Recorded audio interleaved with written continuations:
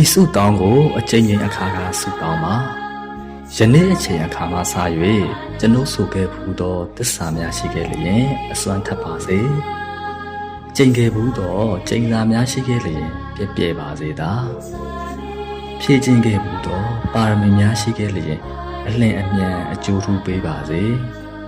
ယနေ့အချိန်အခါမှစ၍ကျွန်ုပ်၌ကြံရှိနေသောဝတ်ကြွေးကံကြွေးကျင့်စာကြွေးများအမြန်ကြည်ပါစေယနေ့အချိန်အခါမှစ၍ကျွန်ုပ်သည်တရားတိလတုတ္တစာကားပညာဣရိဩတပဟုသောသူတော်ကောင်းဥစ္စာ9ပါးနှင့်ပြည့်စုံပါစေတည်းဤဆုတောင်းအားနေ့စဉ်ဖျားဝတ်ပြုပြီးတိုင်းမဖြစ်မနေဆုတောင်းပါပဋ္ဌာန်းဆက်အားလုံးဝတ်ကြွေးကံကြွေးကျင့်စာကြွေးများကြည်ကြပါစေ